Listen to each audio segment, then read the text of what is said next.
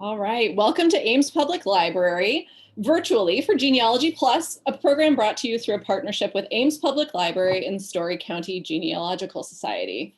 Today's presentation is preparing for a trip to the archives with our speakers, Megan Klein-Hewitt and Lori Pellick. We will be muting your microphones during the presentation. I'm going to do that right now.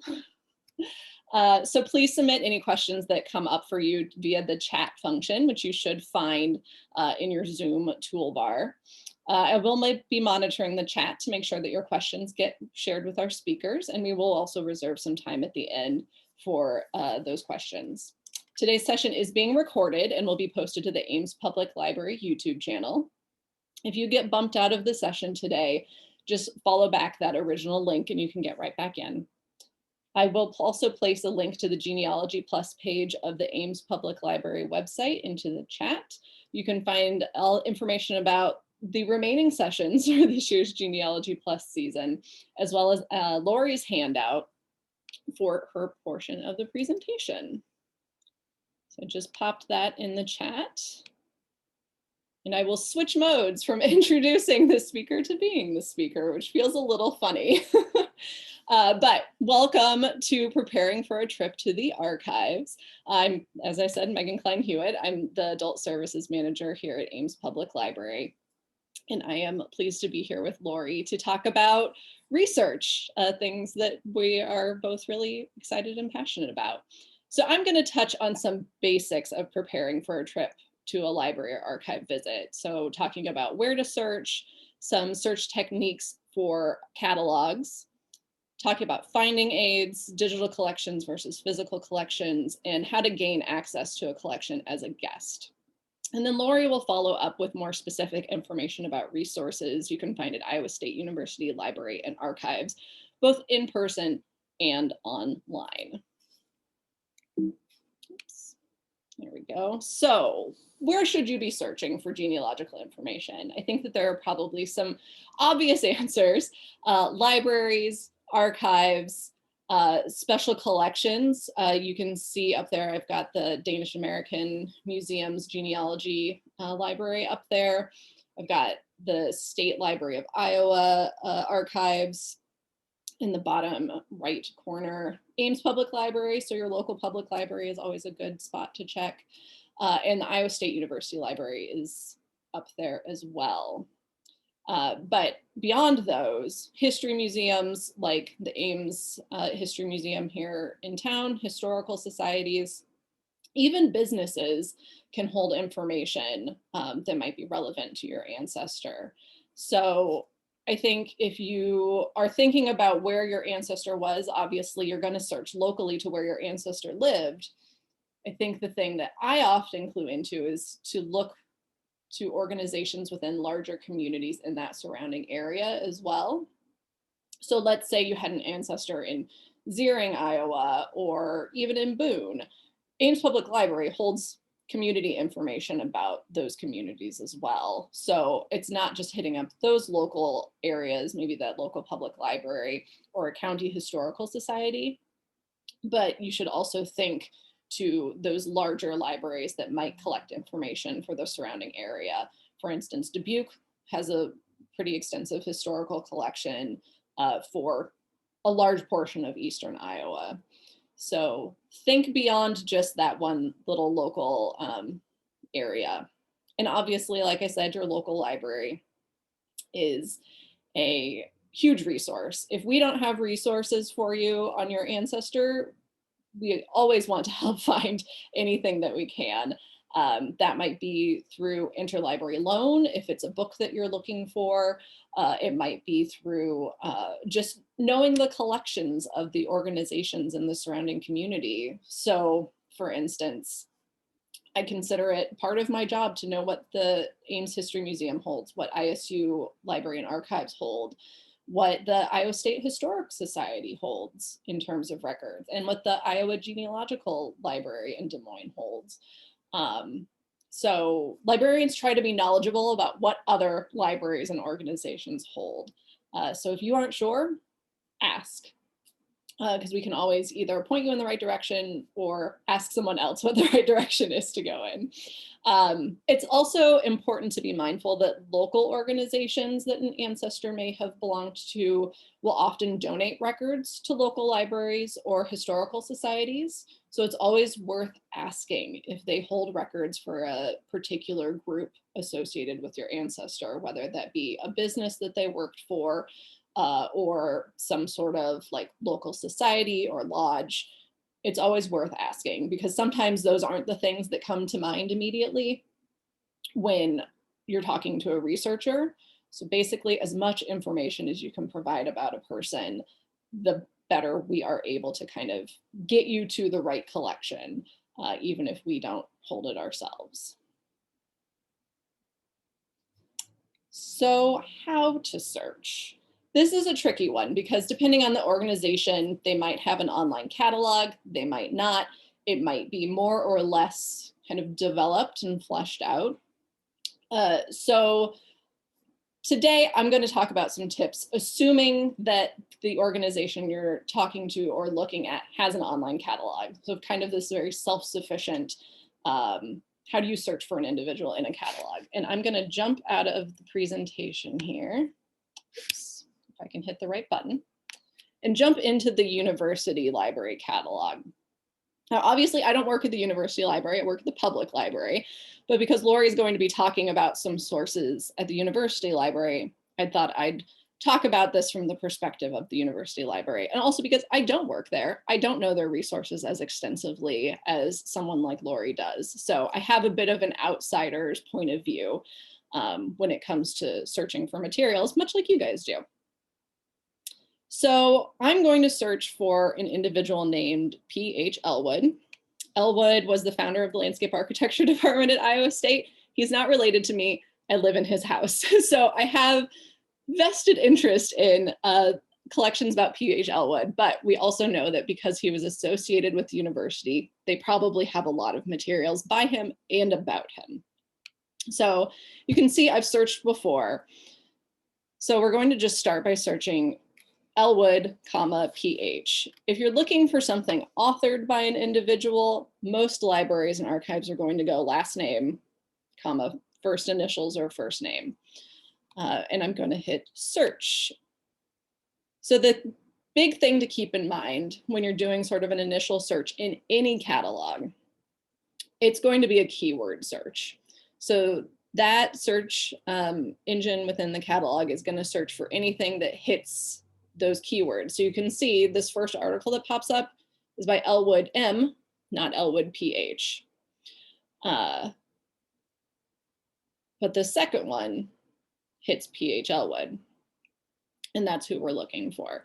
So being mindful, of course, that you're hitting all of those points that you want to hit, and you're not getting too excited thinking that you're finding a record related to your ancestor. So know that because it's a keyword search, it's going to get all of those little parts and pieces that may or may not be relevant to your ancestor. And you can see in here, it's nice because this catalog underlines everything that it's hitting as that keyword search. So you can see it's finding P.H. Elwood here and here. If you scroll down, you can see, again, it's finding that keyword in multiple places. So that is a nice feature of this catalog. Not every catalog is going to do that, but it will likely give you some indication of like, this is why we chose this record to match what you searched for. So I'm just going to go back here.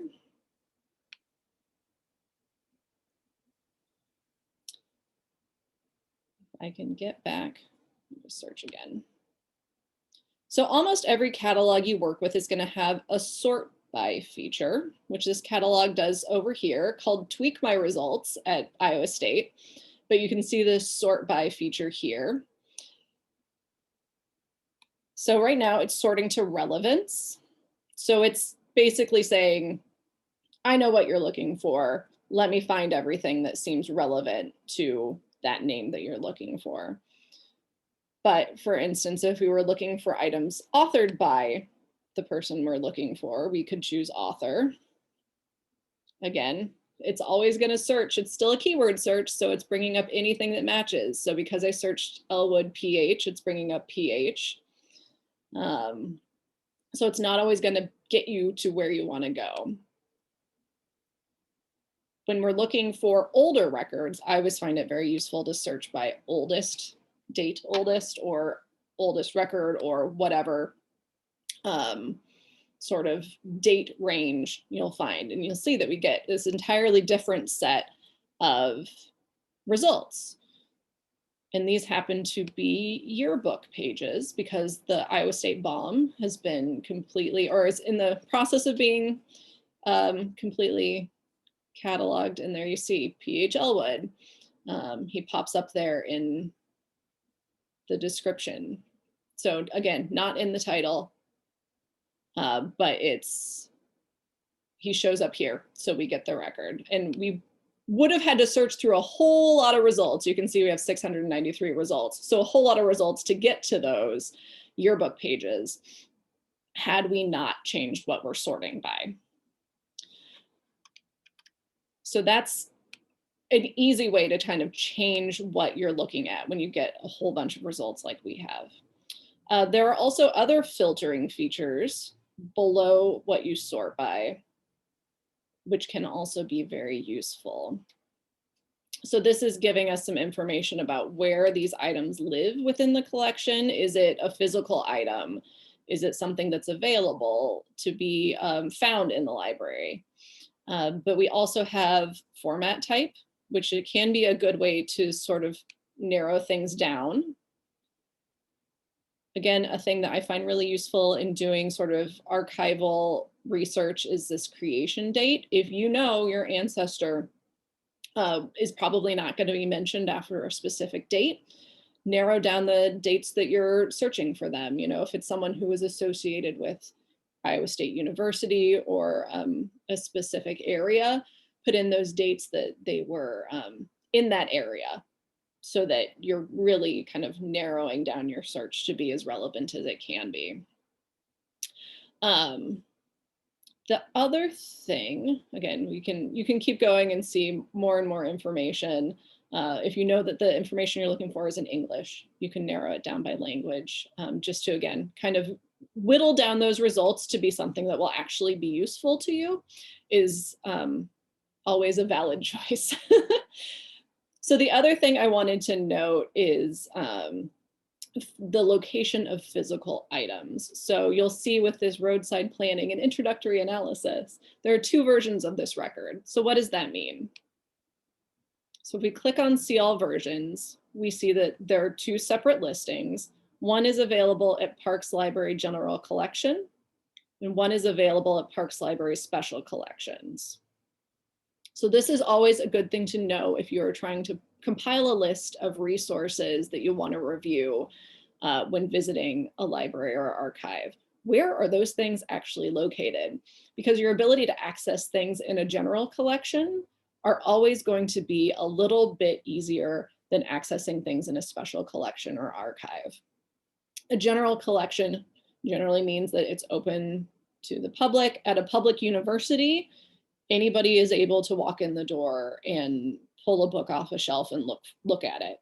If you're looking at a special collection or archive, you might need to make an appointment ahead of time. You might need to notify them that you're coming ahead of time so that they can get those materials pulled for you and prepared. So just make note of where things live, particularly if you're looking at a resource like a university library or any sort of organization that has both public collections and special collections or archival collections. I would say the same thing goes for like the State Historical Society archives. They have some stuff that's very easily accessible and other stuff that they have to go back into the collections in their in the back and pull items.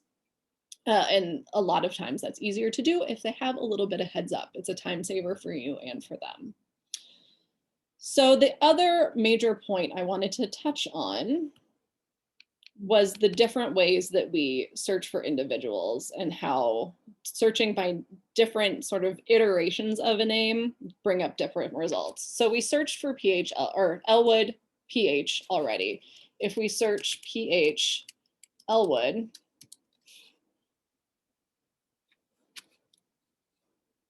we bring up very similar results, but slightly different. We get maybe a few more things with PH. If we search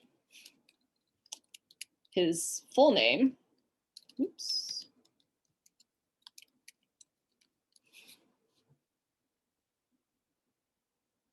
we get entirely different sets of results because now we're searching additional names. We're not searching PH, we're searching Philip Homer. So we're getting Homers, we're getting Philip Elwood, which is still him.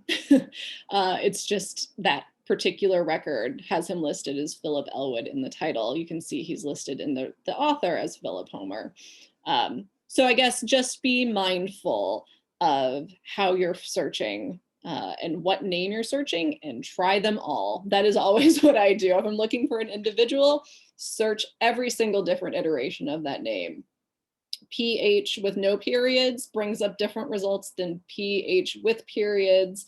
PH with spaces in between brings up different results because it's all just dependent upon how the record was cataloged at the time. So just be mindful that there is not necessarily a consistency, even in library and archive records, because it sort of depends on how they were cataloged over time. So my last point about searching catalog records is, what do you do if you're not having any success in finding what you want, or you're getting too many results? There is going to almost always be information on how to make the most of their particular catalog. So here, back at the Iowa State University Library main page, search tips. You click on that search tips. It gives you all of the information that you could probably want from librarians at that university library about how to make the most of their catalog search.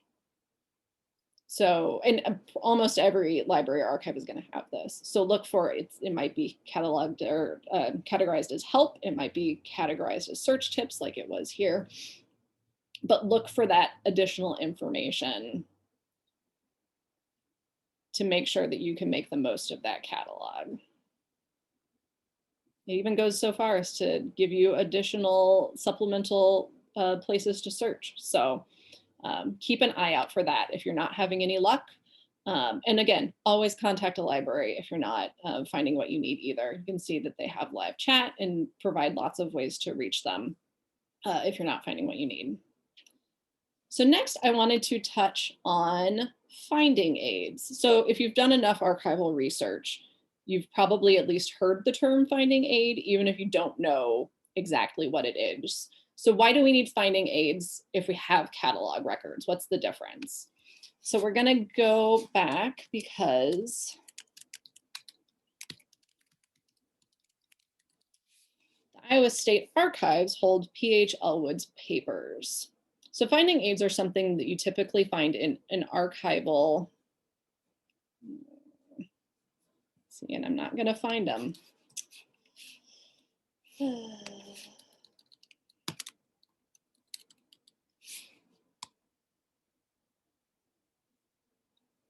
is a big librarian fail, y'all. Not finding what I'm looking for.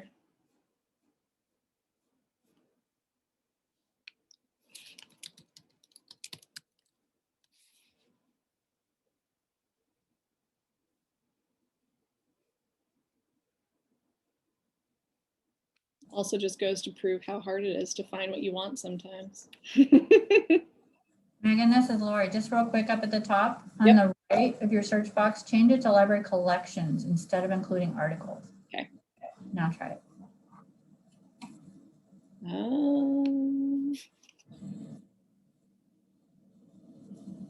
Good Lord.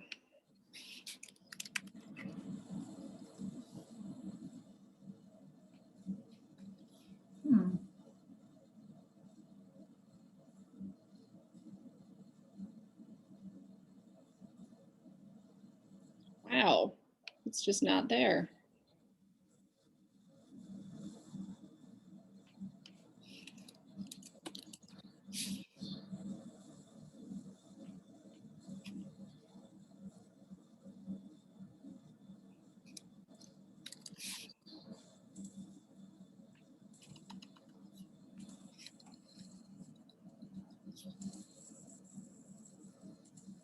Ah, whew, that was a struggle.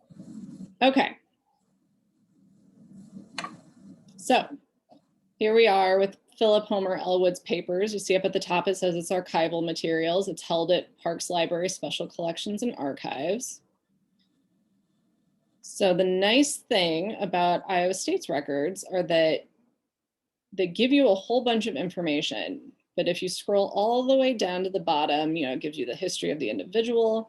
You'll see this link to the finding aid.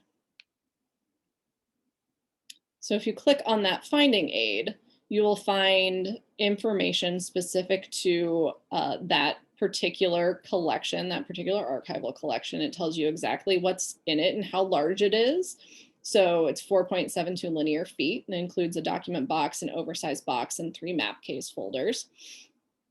And the nice thing about a finding aid, so the catalog got us to the fact that the library owns this particular archival collection. The finding aid tells us exactly what's in it. So if we scroll down, we can see that they have outlined absolutely everything that's in that document box. And they've outlined everything that's in the map case.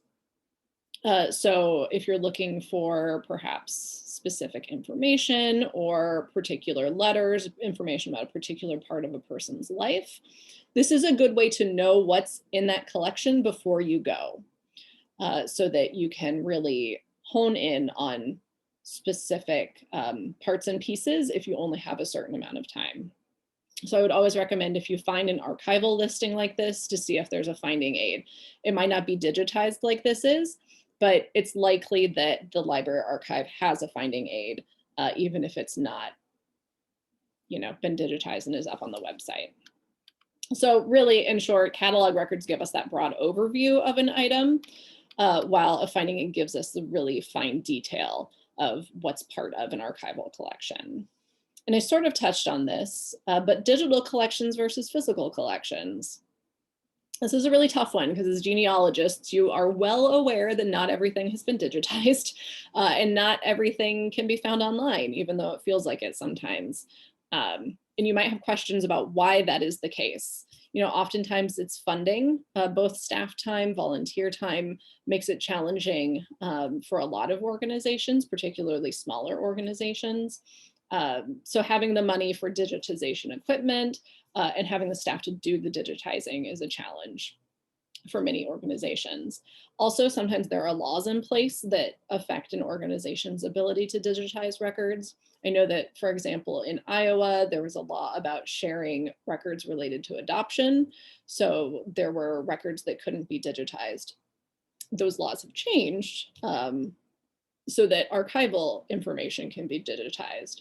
But just know that there might be a reason beyond, funding or a lack of interest in the information that's causing those records not to be able to be digitized. And obviously laws vary from state to state. So it might be legal in one state and not legal in the next, which is challenging. And I kind of alluded to this, but the last big reason is that, are enough people going to care about this record to make it worth the time and money to digitize it? Just because I care about P.H. Elwood doesn't mean there would be enough interest to digitize those records, which is why we sometimes have to do these archival visits and get prepared to go to places ourselves. If you are not positive if there's a record that you're interested in, if something hasn't been digitized and you're not sure why, I would always suggest reaching out to that library or archive to see if they're willing to do a quick scan for you, or if they have something in their own files that they can share. That is sometimes the case. I've certainly done that myself. Or at least they can tell you, nope, it's not digitized, but it's not really worth, it doesn't hold the information you're seeking. And if it does, they're likely to try to find a way to get it to you. So the last thing I'm going to touch on before I hand things over to Lori is, what do you do when you find out that you want to go visit a library? How can you gain access? Lori will talk about this in a bit more detail, but most libraries and archives do provide information on that. So say at Iowa State, go to Help and Services for you and alumni and visitors. you'll find links to all of the information you need about getting access as a visitor to those collections. You can see Iowa State's buildings are open to the public and all collections may be used freely on site by anyone. They're a public university. That is often the case with public universities. There is a sort of built-in requirement that they provide public access to materials.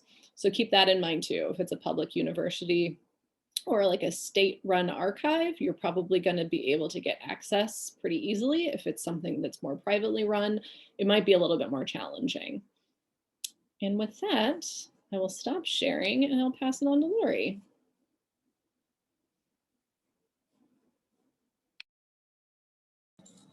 Just a second while I switch to my sharing.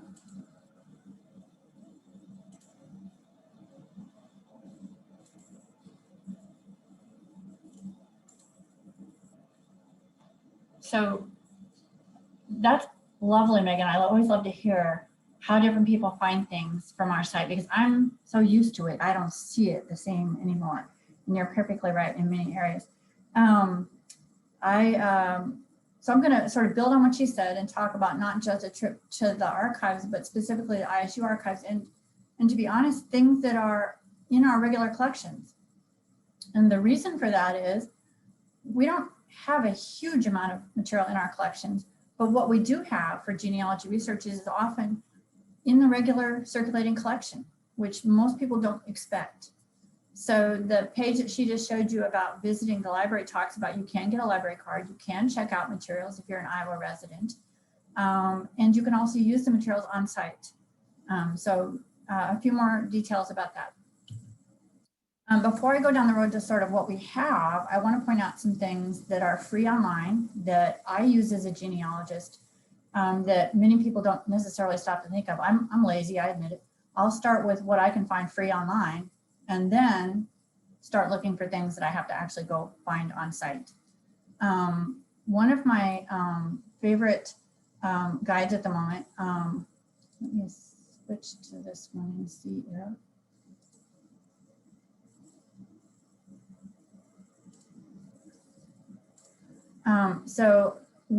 Our journalism librarian has a guide for newspapers, and I love that he has it divided out by Iowa newspapers versus historical newspapers. And I always call it keep on scrolling, right? Because the more you scroll, the more you find. Anytime he's been able to find something that's available online, he's going to link to it, whether it's paid or whether it's free. He's still trying to provide links out to that. And under historic, he's done a little bit more in the right-hand column to also include things like college newspapers, which a lot of people don't think to search for, as well as some special audience kinds of newspapers. Whenever he's been able to find something related to whether it's historic or whether it's current, anything related to access to newspapers, he's going to provide a link to that. So just for those who are unaware, I really do like that particular guide. Also, I'm sure many people who do web searching have already stumbled across Advantage Preservation. It's the company that's currently providing the Ames Tribune free online. They provide a wide range of historical newspapers. They're still adding to it on a regular basis. I find a lot of small town newspapers there that I haven't been able to find other places, and it's free. As a librarian, I have a habit of, let me try if I can find it free first before I'll fork over money to say Ancestry or newspapers.com for that access. So I find as much as I can free, and then I start looking around elsewhere. Farmfield and Fireside is originally considered to be an agricultural collection of newspapers. I like it because you can also search the advertisements. So if using one of these resources, I was able to find that one of my ancestors was actually an auctioneer in the county, which I had no clue about. Did a keyword search of their last name because it was a fairly unique last name, popped up in the advertisements in some newspapers, which was very cool. The General Land Office records, when I started doing research, we won't say how long ago it was, a lot of records weren't online, right? I didn't want to pay to access some of the land office records that you could send in money and they would send you copies, it's now free online to search. If you want to see who was the original landowner in a specific county, in a specific state, you can look them up by name, you can look it up by geographic region, and they will display the original land grants on that land. And when they were given that land, if they were homesteaders, for example, I have several ancestors that were part of the Oklahoma land rush, and I never was sure where they settled, and I was able to search this by name and find them and when they were actually in that area. And last but not least is Haughty Trust. For those who are unaware of Haughty Trust, they have a large amount of information. Just a sec while I get the description.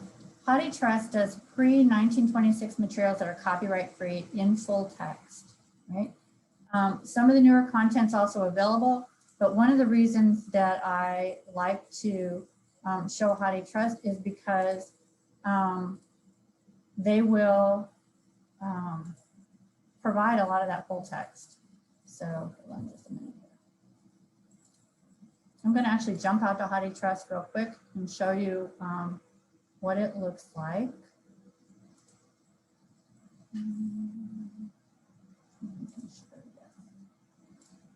Okay, so I'm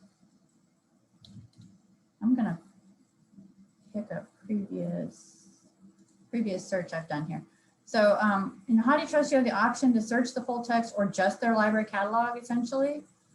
They started out as a partnership between Google and the University of Michigan libraries. And so anything that was in the University of Michigan library was digitized and provided, but they're only allowed to provide full text for things that are copyright free. And I'll give you an exemption to that in a minute. Notice there's a login button in the upper right corner here. If you come to campus and sit down at one of our workstations, we'll give you a guest login. I should back up a minute. When you come to the building, come to the main desk and ask for a guest login, and they'll give you a piece of paper that has it written on. And that gives you access to all of our database, well, almost all of our databases. And you can log into Haughty Trust. So some things that you couldn't access from home, you may be able to access from our workstations because we're a member of Haughty Trust. And they give us additional full text beyond what you may see on your screen at home. Okay. I'm just going to go ahead and search the full text. You can choose to search full text or not. And actually, let me go back and search the catalog, sorry. What I wanted was to show these two results. This is like searching our library catalog, but you're searching Haughty Trust catalog at the moment. It finds two records. One says it's full view and the other one does not. Both of these are actually full text viewable. I'm not logged in. This is free online. If you click on the catalog record to the second one and scroll down, you'll see it's actually provided by the University of Iowa. They've provided this content and it is full view depending on which year you want to look at. And you just click on that year and it brings up literally the full text. Haughty is a combination of so many library records that on the first screen you see, it may not give you that obvious full view button, but by clicking on the catalog record, you can then see which volumes you have available to full text or not.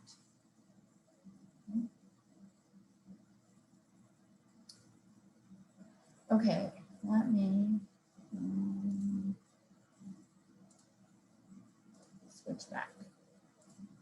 Okay, so that's free stuff. With that note, when you want to come visit our library, this is what the Parks Library looks at. This is the front door on the lower right corner there. What you may or may not be able to see is that that's lawn. There's no street there. So our front door is actually not on the street. And that confuses a lot of people.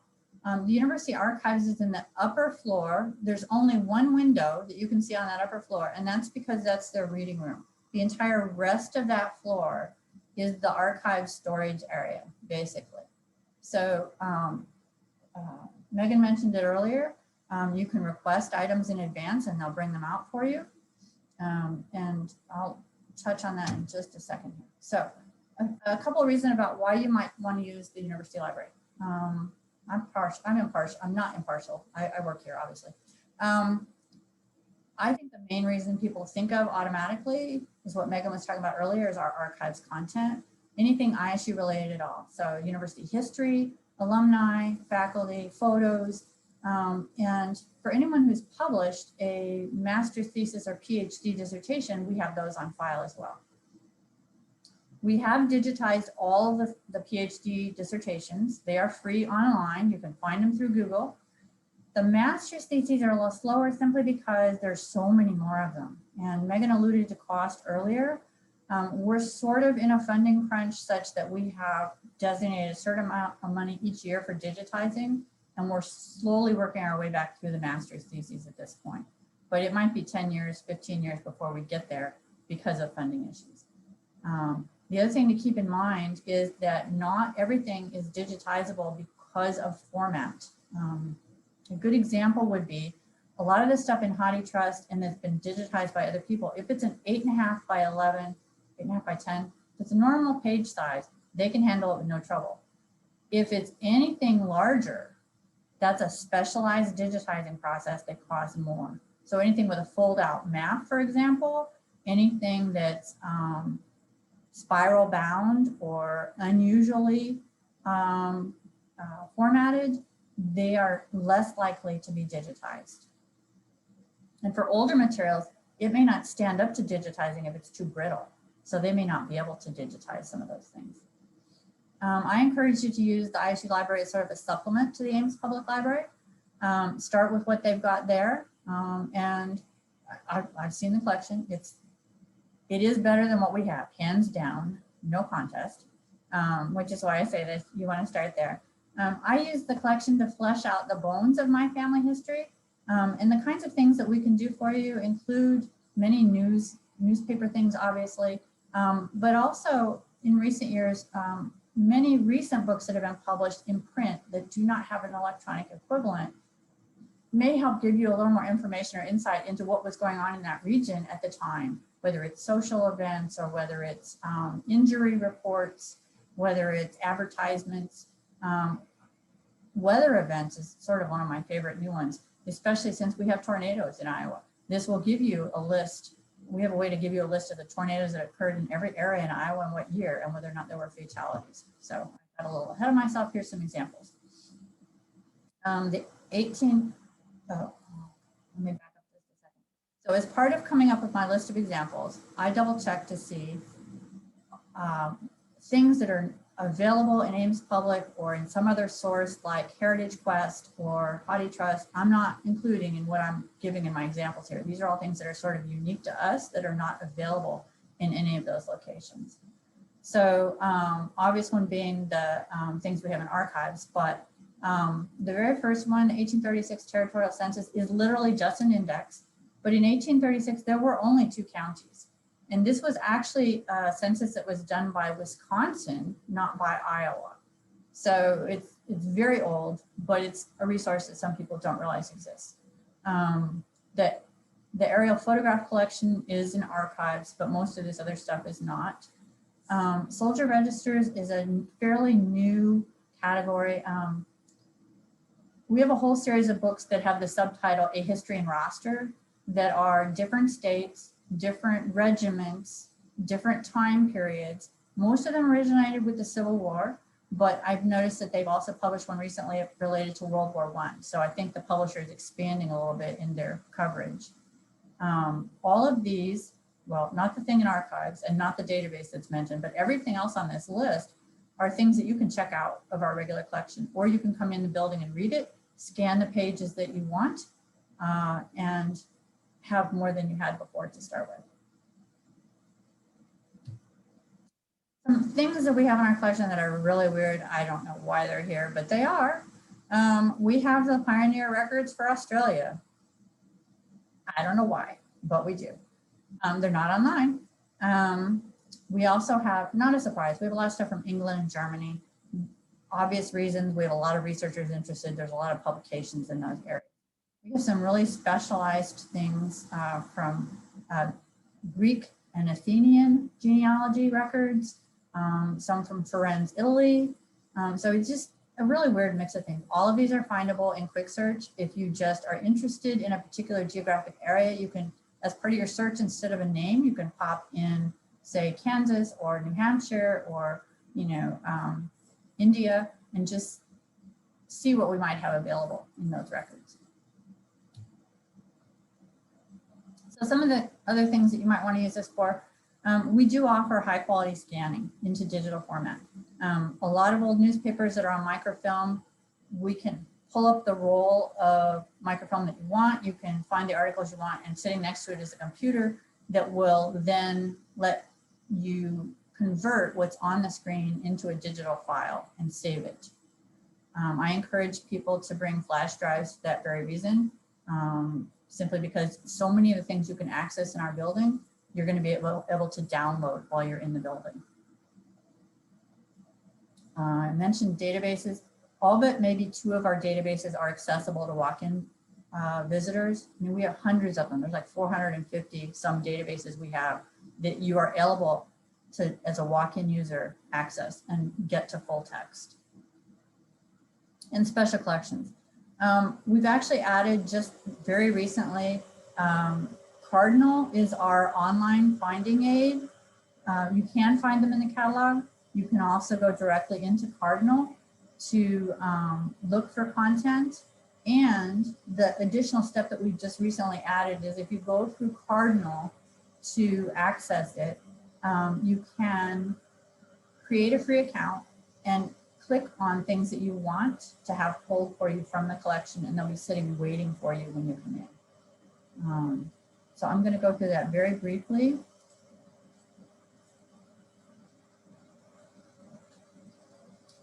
Megan, can you see my screen, or do I need to share this one specifically? I'm still seeing your PowerPoint. Okay, thank you.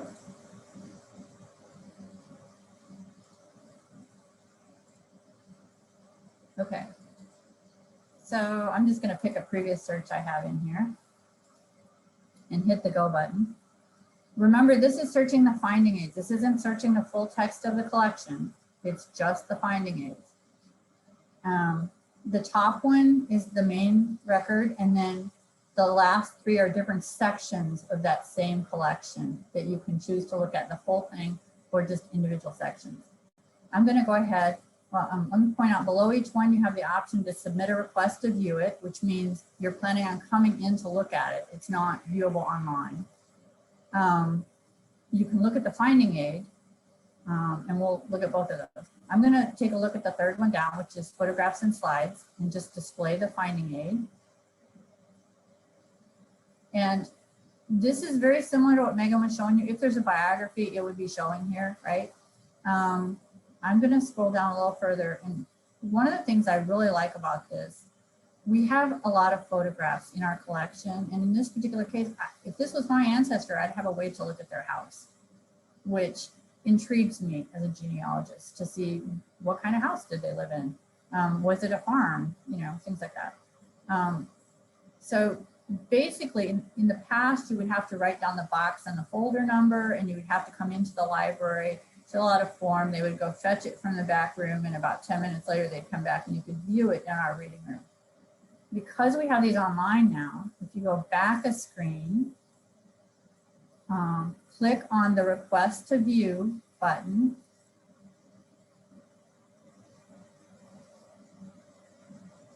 Oh, I'm logged in. It will ask you to either log in and create an account. I logged in earlier today and it remembers that. But it's a free account, and the whole point of it is it keeps track for you over time. If you request multiple things from the archives, you can go back in and see some of the things you've already looked at to remind yourself, is this something I've already seen, or is this something new? But it remembers what I was looking at. And if you scroll down, notice it gives you check boxes next to each item in the finding aid. So I'm actually going to collapse all of this and go to the photographs and look for his house, right? And just check that one box. It already remembers what box I need and folder number. I don't have to write any of that down. And if you scroll down to the very bottom, It asks for some information.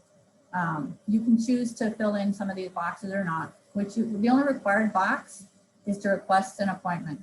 Because of COVID right now, we are closed to the public in our archives area. The building is open, but archives is only open by appointment. So pick the calendar and it will tell you which days are available. They're not currently open on Fridays, but you can say you want to come in on Thursday. It fills in the date and you submit the request. At that point, when they get that, they're going to look through their list of people who submitted requests to visit that day, and they'll figure out some times that are available, and they'll contact you directly to figure out exactly when you might be planning on coming in. And they'll make sure that they have that content pulled and sitting there waiting for you. So you don't have to wait when you come in the door. You don't have to fill in any forms anymore. It's all done online. And you can still make an appointment and come in and ask them questions, and they'll go pull some stuff that you weren't seeing online. But it's kind of a quicker way around needing to fill out some forms when you're in the building. Okay.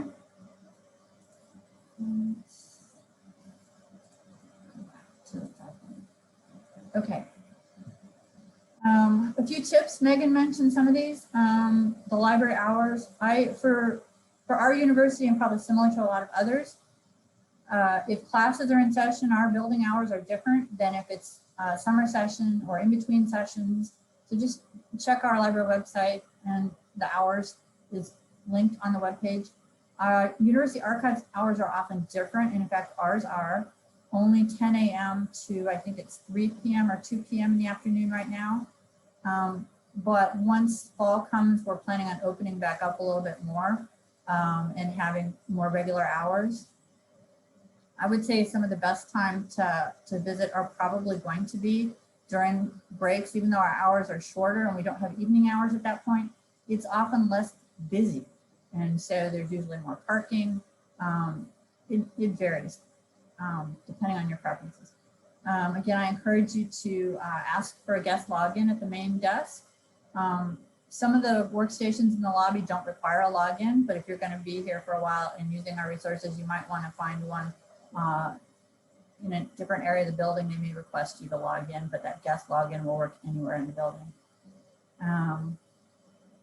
We've got many free scanners on the main floor. Special Collections also has a free scanner. And we have wireless access. So if you bring a laptop in, you may want to experiment a little bit with trying to access our databases on your laptop versus on library workstation. I'm fairly certain you're probably going to have difficulty doing it on a laptop. I think you would need to use one of our workstations, but I have not tested that out, to be honest. And parking, to be honest, our biggest challenge to many people is parking. I encourage people, and I know this is going to sound really strange, but we have a free bus that goes from the parking lot over by the stadium and the Coliseum. There's a free bus that comes to campus from there. The first time you use it, just tell the driver that you've never been to the library. They're very friendly and they're very eager to help people find their way around. So don't let that slow you down any. If you really want to be closer, you can park in the Memorial Union. It's just not free.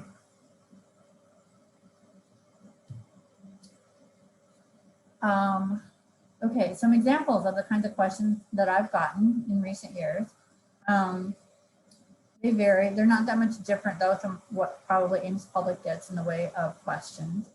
I am willing and happy to help out. If you just need someone to check and see if a particular individual is mentioned in a certain book before you take the trip to campus or request an interlibrary loan, I'm happy to do that within reason. But oftentimes you can log into our chat and ask a question along those lines as well. Before I come to visit, do you have X? The very last one on the screen is kind of fun, and it's a pretty regular request we get, which is, I have a relative who went to ISU. Do you have any photos of them, or what degree did they receive? They're just not sure. They're pretty sure, but not completely sure. That's actually a more challenging question than you might think. We do have a lot of student directories, alumni directories, things like that we can look in, right? And archives does that pretty regularly. The challenge that we often have is that they may not have gone to Iowa State University because the university names have changed over time. The most popular request we get is something for the State University of Iowa, and that's actually not us. That's the University of Iowa. Many people don't realize that is actually technically still to this day the legal name of the University of Iowa. It's probably printed on all their diplomas, but it is actually the 1960s. They were given permission to shorten the name to the University of Iowa for sort of everyday use, but on all their legal documents, it is still listed as the State University of Iowa. And less, excuse me, less common but very similar is the State College of Iowa, which again is not us. So last but not least, and Megan mentioned this as well, many libraries offer Ask Us. We actually call ours Ask Us. On the pages that Megan had in the bottom right corner of many of our library web pages is a live chat button that you're welcome to use on just about any question.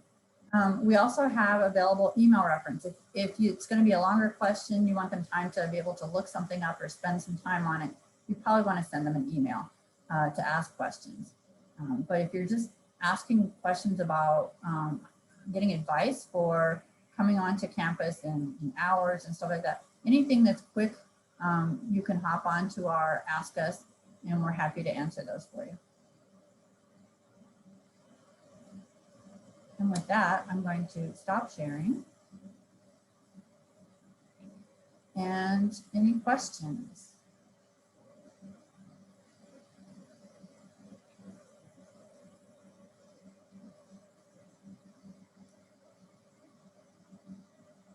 Don't see any questions in the chat, but if anybody has a question, they can either put it in the chat or unmute themselves. I love that someone mentioned that the 23 Orange is the free website, or the free bus, pardon me, for SciRide.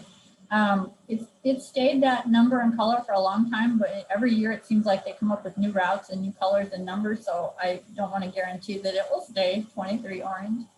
But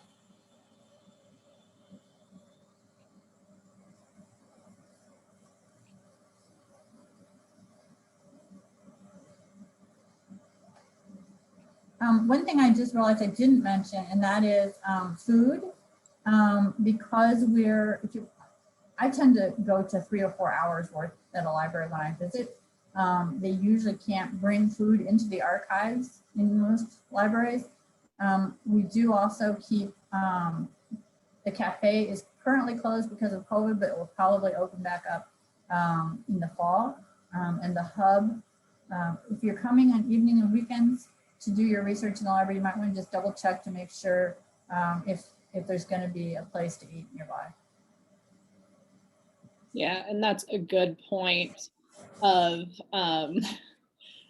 about us as well. We are not allowing food, and like we are allowing drink, but in terms of like you can have a sip and put your mask back on. So that's something to be mindful of. We did have someone in the chat mention that funeral homes also keep records, which is absolutely true. I know that they keep records. That can also be one of those things that gets passed on to another historical society or archive if perhaps they close. Same thing with municipalities. Municipal records often get passed off to the community's public library or a county or local historical society. So that's something to keep in mind too, if you're looking for something along those lines. There's also a question as to whether any parts of Elwood's original home landscape are still living. There are some lilac trees and juniper bushes that are still living. It's a very specific question that I can answer. So is Chronicling America a good resource for newspapers? What do you think, Lori? I would say that depends on your question and area of the country you're interested in. And that's probably true of almost any of our newspaper collections. Some of them are really specialized areas and others are not, but I tend to play around with, and that's my phrase for it, I play around with a lot of different databases to see which ones I get the best results from. And then those become my favorite for a while until I end up change into a different branch of the family and discover it doesn't work as well for that particular branch of the family. I will tell you a tip someone gave me recently. I have a lot of common names in my family. White, for example. Summers can be found in any newspaper, not referring to an individual, but that the park pool is open for the summers. And if you're looking for someone's obituary, a faster way, because they don't always say the word obituary, a faster way to find it in a newspaper is to put the person's name and the word cemetery. And it's true, I was stunned. So every now and then you get a good tip from somebody that you weren't expecting, but it's playing around with newspapers is one of my favorite activities at the moment, simply because there is so much valuable information in them. I had a relative that I discovered was in an accident as a young child and her neck was sliced when a window broke. I mean, you just don't expect to find some of that stuff in newspapers. Yeah, you find a lot of day-to-day detail that you wouldn't find otherwise. Those stories that kind of get lost to time.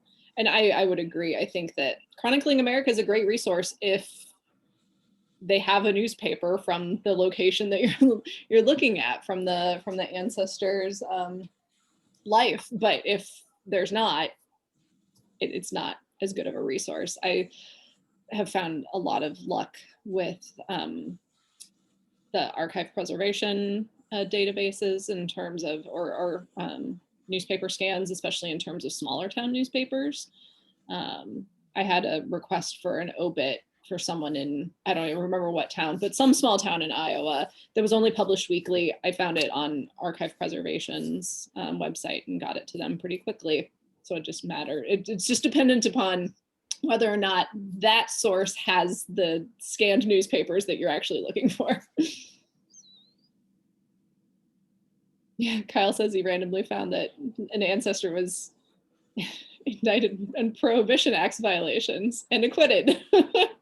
Right, those are the sorts of stories that you're going to find in the paper that you're not going to find probably in a lot of other places. The stories nobody else wants you to know about. Public scandal is not going to be there, it's a fact. But some of the other things are kind of interesting just as to what goes on in the community around it. I mean, just many newspapers will let you browse by date. And if you're trying to figure out when your ancestor moved to a specific area, sometimes perusing the older issues of a newspaper will do that. I found some that there were a ton of auctions in the county for farm auctions in one particular year. It's like everybody had their farm up for auction. It turned out the state had put in effect a new law and nobody was able to pay their taxes. So they all auctioned parts of their land in order to pay their taxes that year. So it's very interesting. For Barbados, we actually have marriage records for Barbados. I don't know why, from about the 1800s at some point, if I recall correctly. Sorry, I happened to see that in the chat file. Yes, yeah. What type of information about Barbados?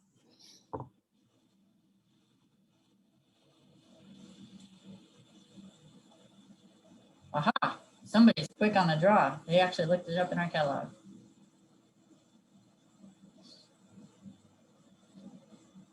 I would say that the message there really is, even though we're in Iowa, we have records for other places. So if you're going to be on a camping trip in Indiana, maybe you want to stop at the Indiana Library and see what they have, because maybe they have some stuff from California records or some stuff from South Carolina records. Just because you're in that geographic region doesn't mean that's the only records that are available in that area. And yes, we just have the marriage records. I don't know why.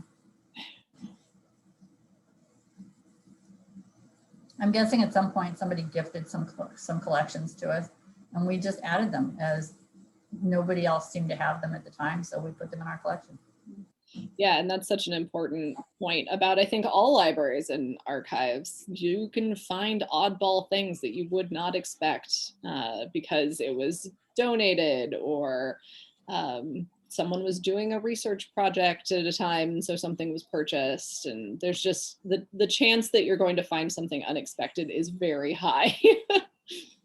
Well, and I would add, I mean, some of the things I didn't mention that we have, like we have Ohio Wills Index. Well, Ames Public Library has that too, but Ames Public is not able to check theirs out. ours is in the circulating collection and it can be checked out. It's a pretty fat book with a lot of detail. I currently have it checked out. I hope you don't want it. But it'll be back on the shelf tomorrow probably. So the advantage of ours in particular is that we don't have a lot of our stuff locked up in areas that you can't check out. Ours are, for the most part, able to be checked out. So a question about how good is our material from the East Coast? I would say it's similar to many libraries in that we have quite a bit along the lines of the routes that people came. So we have some Ohio stuff, we have some stuff from Indiana, we have some North Carolina and Virginia records. We have South Carolina newspapers. I don't know why, they're on microfilm. It probably was a collection we bought at some point. So I won't say it's stellar, it's hit or miss, but we do have some things there that it might not hurt to just double check and see. So when you're looking in quick search, you can search for a particular geographic region like North Carolina or like South Carolina. You can also you can add in the county name if you really want to. I would say keep it more generic and try like South Carolina and vital records or and marriage records. I mean, play around with the terms in the search a little bit. It's similar to almost any other library catalog. The word vital record is sometimes in there. More often it's like marriages or births or cemetery, you know, those sorts of things.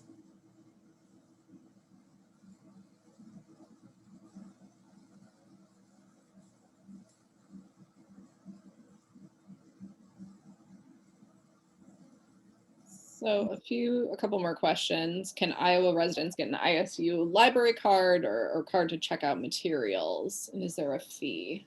Yeah, that was actually on the page you showed earlier, Megan. I believe it's a $25 fee.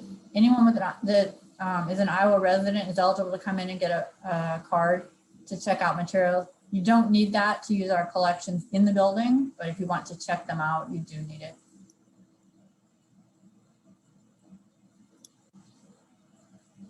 And does Iowa State have any Central New York records? Not that I know of. But I say that and hesitantly. I've perused, I pretty well have memorized most of the call number area that starts with C, which is where a lot of our genealogy materials are sitting. However, a lot of our stuff in the history section is arranged geographically. So a lot of county histories are in the history section, not in the genealogy section. I know we have a lot of individual US history materials. I just don't know specifically what we have for New York off the top of my head, but switching into quick search, I can probably answer that pretty quick. Although Central New York is trickier to say.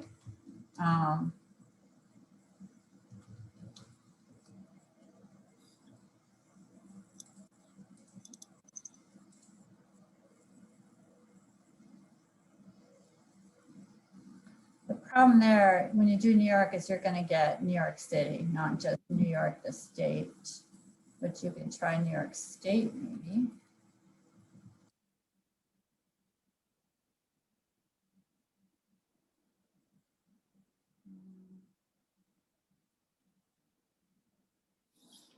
Most of what I'm seeing is New York City. I would recommend picking a county or a town like Utica or Syracuse or whatever you want to have for a town. But it's pretty iffy, would be my guess.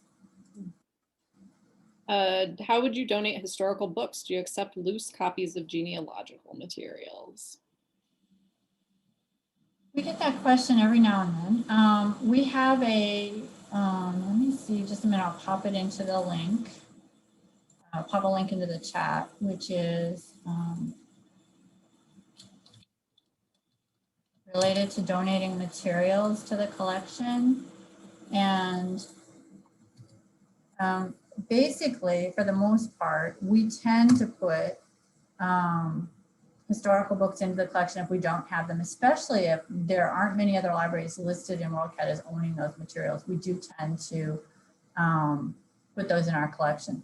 Loose copies of genealogy is iffier. However, I would suggest contacting the archives and ask them, especially if it's related to Iowa history, that's a high possibility.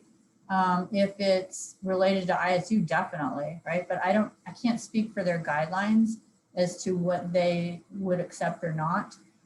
But do double check. It's just archives@iastate.edu. Yeah. And in terms of what the public library accepts, we don't accept a lot of loose documents. We try very hard not to accept non-bound materials for our Heritage Room collection. So that collection focuses on Iowa history as well.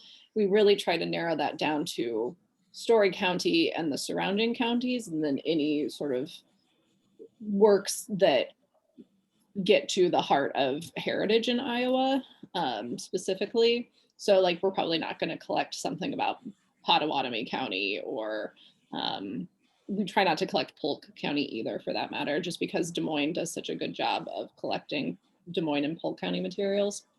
But we do try to collect things related to Ames, Story County, and the other surrounding counties. Please forgive me if you've already said this, but I just tried to look up like a newspaper that said that the full text was available, and then it said choose how to sign in, and it says your ISU net ID or the Open Athens. Does that mean I have to come in to look at that? Yes. So Open Athens is our remote access, but when you come to the main desk in the library and say you're visiting and you want a guest login, they hand you a piece of paper that has the Open Athens login and our physical computer logins, so that most of the time you won't need that Open Athens login, but even in building, sometimes they ask you for that as a separate login. So we provide both to anyone who walks in the building. We're happy to do that. We are not allowed to provide those off campus to anyone who does not have an ISU ID. It's a legal requirement from the publisher. We don't have a choice. Thank you.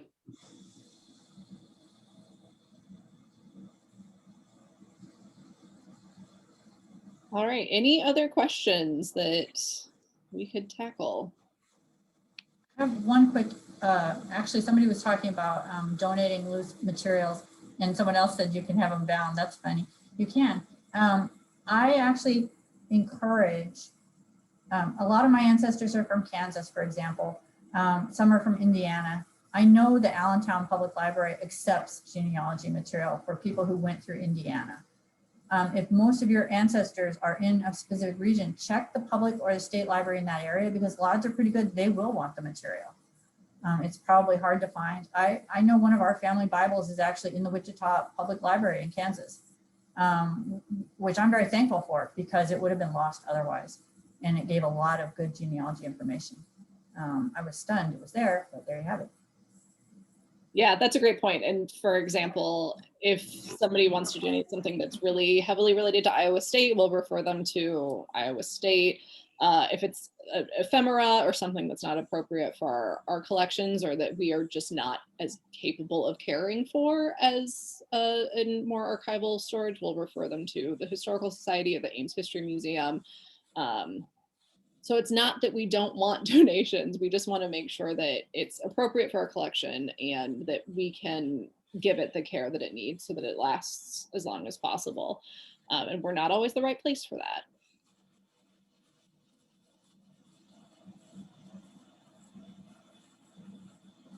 All right, well, seeing no more questions, we might end it here. Next month's Genealogy Plus will be held on May 19th. And we will see you all then. Thank you, Lori. Thank you. See everybody next month. Thank you very much.